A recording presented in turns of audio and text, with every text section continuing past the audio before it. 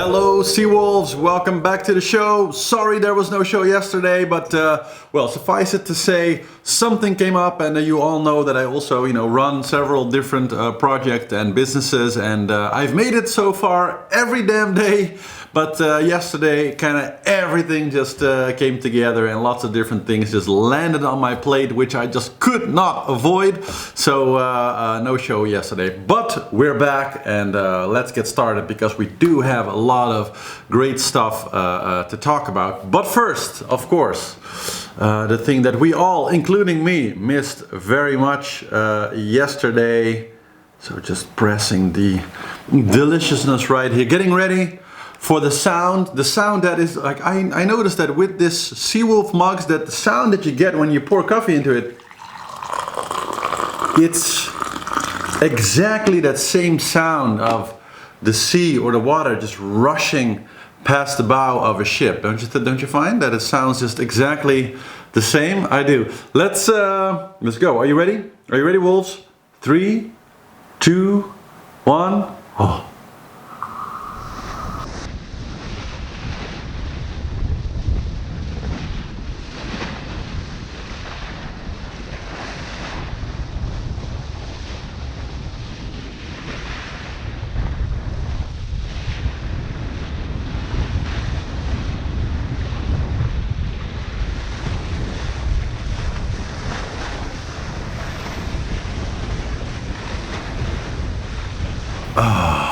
Ooh, super nice, super nice. I really needed that. Well, let's get started with the Jules Verne Trophy and the Edmund the Rotchild multi-trimaran Gitana 17, because they are doing great actually. Yesterday their lead over the previous record was a little bit higher. So if we look at the map here and just zoom in for a second, we see that right now they have a 74.5 nautical mile lead on the previous record, which is IDEX port, of course. Here's symbolized with this red boat in the tracker. Yesterday it was about 130 or so, and yeah, it's interesting to see that they made it kind of almost halfway to Cape Horn. Really close actually to the fleet now of the Vendee Globe, because if we look just for a second, so this is where the fleet is right now, and yeah, Gitana is already past the islands there, so they are literally about a day away. I mean, probably by tomorrow, maybe a day and a half or so from now, then Gitana is probably going to be very close or on their position. So just amazing to see how just incredibly fast these boats can be. But interesting thing especially is that they are now about halfway round. So Gitana now very close to the doldrums again, and so tough space for them. They really have to get through this good, as there is some space with IDEX port in this part of the race, as I mentioned before, but not a whole lot, and they are really not very far ahead of IDEX port. I had personally expected that they would be about 140, 150 away, so kind of what they were yesterday. On the third day, they were actually quite a bit more ahead, 172 miles at some point, but fell back to 74 now. So not really optimal conditions, and I would say that in this phase they really need to build up a bigger head start, because for those of you who are new to the Jules Verne, so going around in 40 days, and in this first part of the record, so basically until Gitana reaches Cape of Good Hope, there is some space for improvement in the previous record. But once they get to the Southern Ocean, so the circle around Antarctic, IDEX port really more or less raced a perfect race there with almost constant favorable weather conditions and speeds that were more or less on average didn't go under 30 knots or so. And so in order to sustain a speed that high and just lose no miles at all is very, very difficult. It's not just skill, you also, they really got super lucky on that run. And there's no way with skill to really beat that kind of luck. So it's important for Gitana to beat them at least for a good distance before they get to the Southern Ocean. And so they have a nice distance now, but on the other hand, if you think about it, 74 nautical miles with a boat that is going, on average about 27 to 30 knots right now. If you look at their 24-hour average, we still see 30.4 knots right now.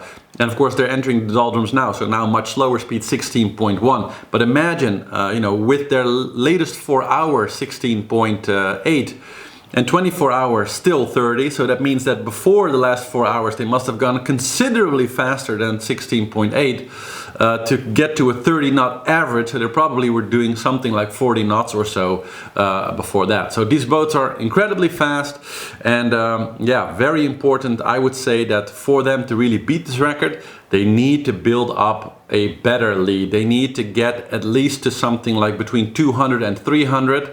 Like I mentioned several videos before, ideally slightly above 300 nautical miles or more lead would be ideal, because at these speeds, 30 to 40 knot speeds, it's literally the lead that they have now is a 2.5 hour lead. I know it sounds almost too baffling to contemplate, but a 74.5 nautical mile lead for these boats is literally a lead that if they drop down to something like 3 or 4 knots, the old record could overtake them in 2 or 3 hours. So it's really a tiny lead that they have right now, and it's expected to be close. They're never going to get several thousand miles ahead of the record. That's just virtually impossible. But they had a certain distance to get to, at least something like 200 or somewhere between 200 or 300, or ideally slightly above 300 nautical mile leads. And I would say with almost half the distance, well, maybe slightly, well, yeah, not really quite half yet, but let's say with about 40% of the distance to the Cape of Good Hope now behind them, being in a lead that is 74.5 knots, is razor tight, like super tight. So we'll have to see how this goes. Of course, the trades right now pretty favorable in the Southern Atlantic for them, so that part will be good. But as we will get in with the part about the predictions for the Vendee later, the lower Atlantic right now and the kind of the St. Helena system are devilishly complicated and unusual. Have been, and looks like they're going to probably stay that way again for a while. So it will be crucial for Gitana to get through there very optimally without losing much time at all. But so that's what's going on with the Jules Verne Trophy record right now. Then let's move to the Vendee Globe, of course. And first a couple of news items. So I talked before about the fact that Pip had a bit of a leak as a consequence of her fixing the rudder, and she actually released a pretty good, more in-depth video about that. So I want to start with that because it's kind of nice technical nerding stuff, which we all love. So here's Pip really showing the leak problem and what she's doing to kind of solve that now. I know that some of you have spotted I've had a bit of an odd track this afternoon, and that's because I've had just a bit of a sort of knock-on problem with my rudder since changing it. I have a leak, or I had a leak that was coming in through the rudder bearing, and I made a temporary repair when I came around Cape Horn. But as I went between Staten Island and the Falklands yesterday, and I started to push the boat quite hard,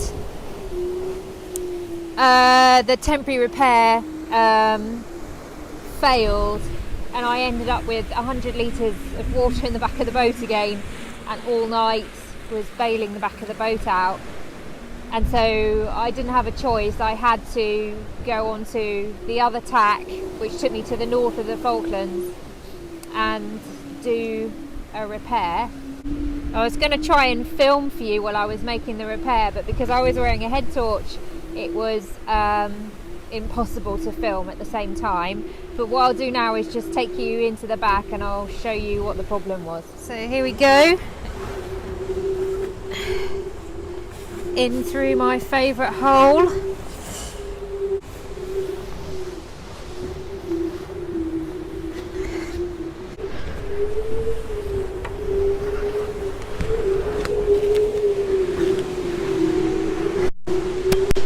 Okay, and now we just need to go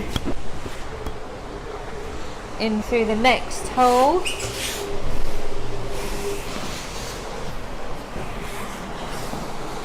And here you can see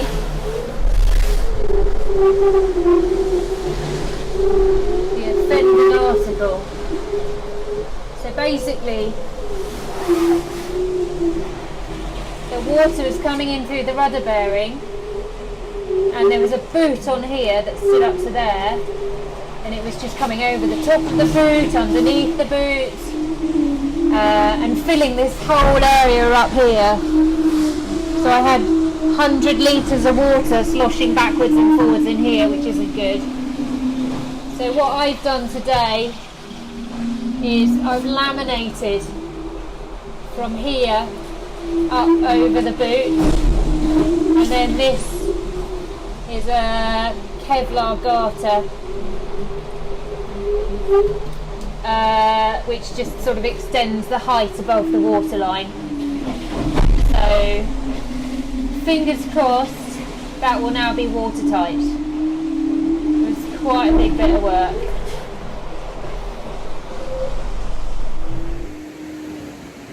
So Medallia's back sailing again. That wind that I was in, I've sort of lost that. That's ahead of me now, but I've swapped it for some blue skies and the sun.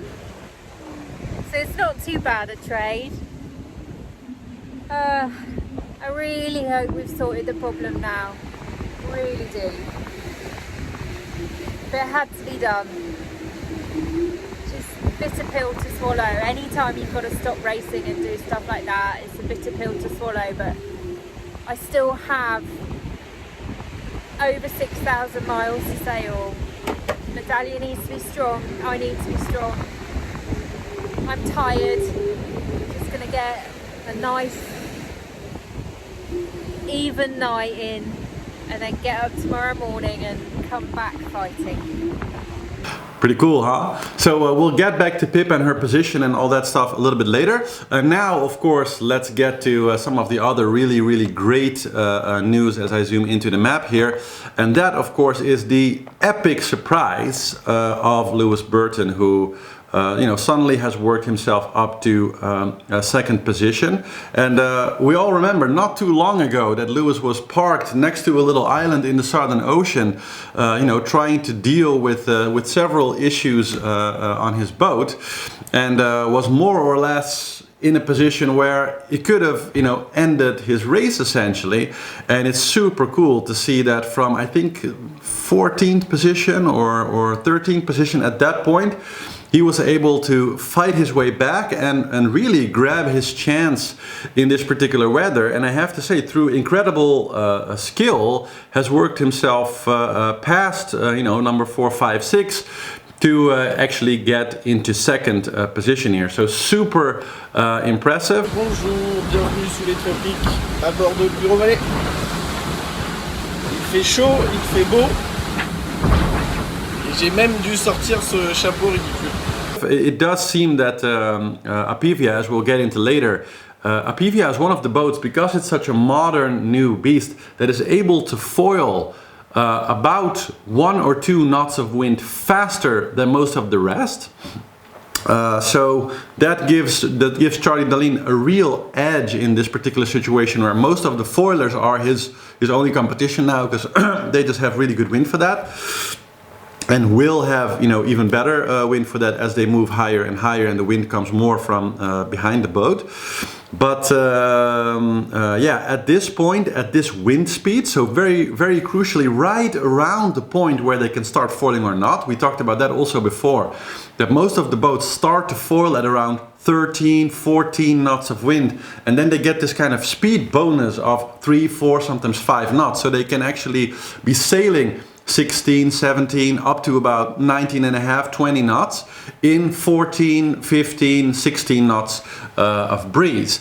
And the thing with Charlie Dalin is that at certain angles, which would be, this is one of the angles that he's sailing on right now, he's actually able to foil where most of the other boats cannot. So when he has wind speeds that are like 12 knots, 12 and a half, around 12, he's often on some angles already able to foil, and so he gets that bonus. And that's why we're seeing him very often now doing 16, 17 knots, while we see the rest kind of hovering around 13, 14, etc. That's because they are sailing more or less at the wind speed, but not foiling, while he's actually fully foiling in many circumstances. The wind is still a bit patchy, so it's not all the time, but it's really giving him an advantage right now. And that's why we're seeing this kind of 1 to 2 knot difference in speed. So when you kind of analyze it and you look at the different speeds, you'll see that more or less all of the other competitors, 14, sometimes 15, mostly 13, 12 knots, because the wind speed is around 12 knots for the most part where they are now. Except for Charlie, who is often in those same wind speeds doing 16 knots as he's doing right now. And that's because he's more or less the only boat technically capable right now of foiling. So that's why the speed difference. And so that also means that Charlie is likely to keep his lead. So Louis has been able to pass everybody else, which is really great, but I don't think that he will pass Charlie actually, because Charlie has that technical advantage. So he'll keep up, and I think they'll stay really close to each other. But I think that if the circumstances and the wind angle stay more or less constant for at least the next 2, maybe 3 days, which is, you know, what it looks like right now, Charlie is going to likely stay in the lead. So no huge risk of Louis overtaking him, but a good chance that Louis will actually stay in second. So that, again, major achievement. Then we, if we look a little bit behind them, we see, of course, Boris very close now also, and, you know, incredible also for him. He fell back to 10th position and fought his way back to 6th again. So that is pretty cool. He also posted some video again today. So let's take a quick look on board of Sea Explorer Yacht Club de Monaco. This is something we dreamt of so much in the south. Warm wind, easy waves. Here we go. But it is still hard work. The last 36 hours were hard work. I think it will be a bit easier now the next 2 days. So what I expect is wind to get a bit stronger and go a bit aft, which would make it easier for foiling. It is a bit annoying sometimes today. The boat would foil, and I'm just at the edge like this. So I know that Apivia can foil in a little bit less wind, and I'm just missing a tiny bit of pressure sometimes to get going. And you know, when it goes, like now it's going nicely. 15 knots on the speedo, 14 and a half knots of wind. That's perfect. If I have a bit more wind, I go 18 knots. But then the average wind speed is like 12, sometimes 11. And then it's a bit dull, and then we go just at the wind speed. It would be a fantastic speed for any cruising boat, but it is a bit an annoying speed if you know that the guys in front are doing 15 knots or so. Luckily, that's behind us there. You see these clouds. It's behind us. We have more stable air here, a fantastic sunset, and a fantastic outlook. Wind going aft, slowly a little bit and forwards again, so it stays around 70, which is a critical angle, 65. At 65 I needed quite a bit of breeze to foil. At 70 it's better. 75 is much easier to foil. True an angle. It will be always once from starboard, so no tacking, no jibing. Crossing the equator, north straits, the northeast straits are much stronger. And then here we go, duck, duck, duck, and we will find the western wind zone, our home hemisphere, with at the moment a couple of good low pressures, especially one right at the finish. So finishing with 50 knots. That would be something. I'm laughing about it because it's more likely that it's not there than it's there if you look at an outlook that is 14 days away or 12 days. The last routing, by the way, was 12 days, 12 hours, 12 minutes or something like that, almost. To arrive on the 26th, let's see, I'm not super convinced yet. I think it's probably a bit more than that. Now, of course, we also have to talk a little bit about Le Roi Jean, because he fell back to 9th position. As we can see, he's a little bit of a different angle than the rest of the hunters right now. So he really fell all the way to the back of this kind of hunter group. Still doing really, really well. But of course, most interestingly, I know what you are all talking about. He is, of course, allotted 16.5 hours for his help with the disaster for Kevin Escoffier in the Southern Ocean. And so he is right now 195 nautical miles behind Louis Burton, who is one of the others that has a significant time allotment. Louis has 6 hours. And so as we get closer to the finish, it will become more and more interesting to see how these time allotments really are able to change the ranking. And it's interesting to see that right now they're very close to coming in equal, let's say. So the distance right now, 195 nautical miles, taking into account that they're sailing at about a 14 to 15 knot average, puts the situation now right around kind of the edge, where if Jean manages to get 40 or 50 nautical miles closer to Louis, then he's actually technically going to overtake him if we take the time allotment into account. So the distance there very short, and of course same goes for Charlie, as Charlie is literally only 19 nautical miles ahead of Louis Burton. So I would say that for Jean now, the stakes for winning the race are rapidly increasing, because in essence, in order to win the race, he needs to stay no further back than basically the rest of the hunters. So if he manages to not be more than, let's say, 100 nautical miles, or preferably somewhere under 85 nautical miles behind all the rest of the hunters, then Jean Le Cam will inevitably win the race. So that makes the stakes with the upcoming doldrums and the different situations that can still occur very interesting, because he's really in the home stretch now for the win. And with this time allotment, Jean still has a very good chance to, they all have a very good chance. So that's super cool that we have 9 boats who are all very close to winning this whole thing, and there's just no way to predict who it's going to be in the end. But we do know that there is going to be some, probably favorable situations for Jean Le Cam also around this route and these areas. There are going to be some very favorable foiling situations also here in the trade winds, but with them being not so strong right now, at least in the Southern Pacific, in the Southern Atlantic, sorry. They're not getting a huge advantage out of it because the wind speeds are just slightly too low. North Atlantic, probably a different story, but there is bound to also be some, more stronger beating conditions where Jean can still gain some miles again, and maybe also some bad luck in the doldrums. So I'm very much kind of on the edge of my chair, very curious how this is going to develop, and it will be interesting to kind of keep track day in, day out to see how, if you take into account the time allotments, that's all going to work. By the way, so for those of you who still wanted to enter, it's not possible anymore, but many of you put your top 5s in the comments, so I have them all down, and when the race actually ends, I'm going to give away 5 of these beautiful Seawolf, white special mugs. I'm going to sign them also, so 5 of you are going to get a signed Seawolf mug out of that. Second sip of the day. Delicious. Okay, so that's the head group, the hunters. Now if we look a little bit down here, we see that Armel, Tripon and Claresse Cremer here very close together.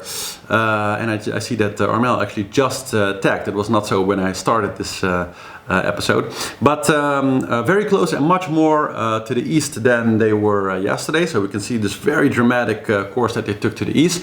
Why? Well, if we go to the weather in small increments, you will see that this, different kind of low wind areas are absolutely going to be swirling around them for the next, 48 hours actually, or maybe even longer.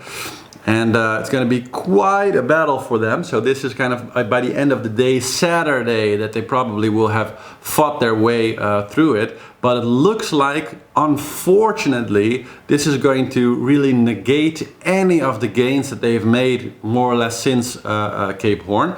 So they were doing really well, had really good speed kind of up to that line that they had to cross, and gained some miles on the hunters. But right now they kind of fell back again, and are still about 700 nautical miles behind now, where that's kind of where they were at before. They kind of came to about 600, top of 500 nautical miles. Now they're back to 770 again. And I think after the next 2 days or so, it's probably going to be 1100, maybe even more, as the head group is only going to be speeding up, and they are going to be severely slowed down, maybe even stopped for 24 hours almost fully with 3 or 4 knot boat speeds, as they're going to have areas here that have literally 4-5 knots of wind. And they're foiling boats, unfortunately, and so in those really low winds, then the drag of the foils is really a big handicap. And so under 6-7 knots, they're extra slow kind of, so it's really too bad. And that also more or less, I think, ends the chances for Armel and Claresse to really get close enough to the hunter group to possibly maybe still kind of get into the top 10, let's say. So it depends a little bit on what happens with Maxime, but he seems to be doing okay now, so a little bit slower, but okay. And so they might still overtake him at some point, but it's starting to look more and more like the hunters are just going to be kind of beyond their grasp now. So sad, you all know that I was really hoping to see what would happen there, and had the weather been a bit more favorable, who knows? I'm not saying that it's impossible, but if I was a betting man, I would say that the odds went down a lot over the last 24 hours, and they're going to go down a lot more over the next 48 hours. So sad, but it is what it is. And Romain Athanasio still doing very well. Came past the Cape really good speed so far, and as you can see, also taking a route that is more to the east, which may or may not have been wise looking at this particular area. He probably, maybe now in retrospect, would have rather been more closer to the shore on a track more similar to what Yannick Besthaven did, but yeah, we'll have to see how it works out for him. Then if we go a bit lower, we see kind of the group with Charal now ahead, coming up from the ice line, also taking a lot more easterly route. So they have to get around this system, of course, here, and they seem to be doing very well. Jeremy doing right now 16 knots, and the rest of the group is actually kind of close to that also. Alan doing 12. Arnold Borzeris doing 12 also, and so except for the problems that Alan obviously has, they're doing respectively very okay, and Charal's doing very well. But similarly, the chances for Charal to really still gain some positions in the race now are quickly dwindling down. So with some luck in the doldrums, I say that maybe he'll still make it to 13th position with a lot of luck. Maybe he can still, touch Armel and Claresse here at some point, but it would be really a lot of luck needed in that sense. Otherwise, the distance is just getting too big. Same for Pip. So in 17th now, I think that the chances that she will still overtake Ona Bozerius and Ellen Rora are pretty, like I would say 50-50 right now. All three of them are good sailors. I think her boat in the position that she's in, and if she manages to completely fix this rudder situation, is capable to overtake the two. So there is a good chance that she'll still be able to fight her way to that well-earned 15th position again. But other than that, I don't think that she'll be able to, get any more positions, bar some major accidents or huge amount of luck. And as you see in her track, so as she mentioned in the video, she was a bit erratic, and so that's because she had to go on a different tack to make sure that the boat came out of the water on one side so she can actually fix the rudder. Then we have the other three boats, so Stéphane Laderijon, Didac Costa and Kojiro Shirishi, who all came past Cape Horn in excellent conditions. They didn't have super strong weather, so they had a pretty nice rounding in the end. And Manio Kozin going around right now in relatively okay weather, no huge storms or anything. They kind of already passed, and it looks like, if we keep looking at the prediction, that he's getting more or less a passing of the Cape in complete green wind conditions, which is of course super nice for him. And then behind there we see very close together as before, Miranda Marin and Clement Girard, both sailing nicely. They're going to get some pretty strong winds as they get in, so they're going to get the full Cape Horn experience, as many of them got that before, except at the Cape itself seems like it's going to be pretty calmish, let's say. But until then, 2.5 days or so of pretty strong weather for them. And then all the way behind there, now we have to get back a lot. We see Alexia Berrier and Ari Huusela. And Ari also made a really nice update today from his boat, kind of showing the circumstances there. So let's take a look on board there. Hi all, welcome aboard Stark Immokadurin Vendee Globe. It's 13th of January on my time, and the UT time is just changing to the 14th side on Thursday morning side. And all good on board. It has been quite rough last 3 days, and it's a bit complicated to find out a good route from here to Cape Horn without heavy winds on the way. There are two low pressures, one which on top I am now, and the second one is growing up and coming on the way. Anyway, I'm gonna check the weather forecast twice a day with 3 different models, and we're trying to find a way to pass those safely. And because of this rough weather, this is my standby position, the place where I do my nappings now during heavier wind zones. It's quite easy to get out there to the chart table and also to hatch and to the controls if needed to do something. Otherwise, weather is so good. Still, as you can see, you have blue skies, sun is shining, it's warm. Even I have my Pip on, but it's not necessarily needed. And speeds are quite good. We're doing like over 22 knots of speed. Winds a bit calmer up here. I had to make a tripe to come a bit more north to avoid the worst, which was on my way in this morning, and I needed to do 2 tripes, so I prefer to do those tripes in a little bit less wind conditions, which is much safer and gives me better chances to do the race all the way, to finish the race without any broken any things on the boat. Anyway, later today I will make a tripe, and then I'm on a course to Cape Horn, and let's see how many maneuvers I have to do still before that, but several ones, that's for sure. Anyway, have a nice rest of the week and stay tuned. See you soon again. Good to see that Ari seems to be in excellent spirits and yeah, not the fastest in the field, but he's definitely doing it all with style. So that's very nice to see. And then all the way behind we see Sébastien Destremeux.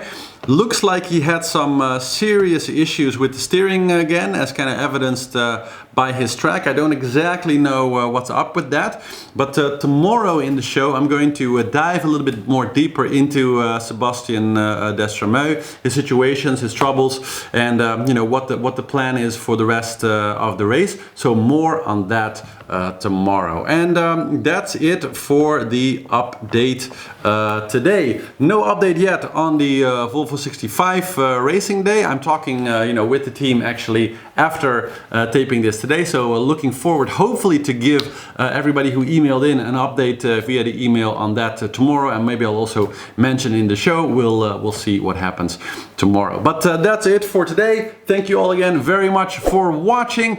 Make sure to please give the videos a thumbs up if you like the Seawolf videos, and for all the other info go to seawolvestv.com, and looking forward to seeing and having a delicious cup of coffee with all of you again tomorrow. Ciao!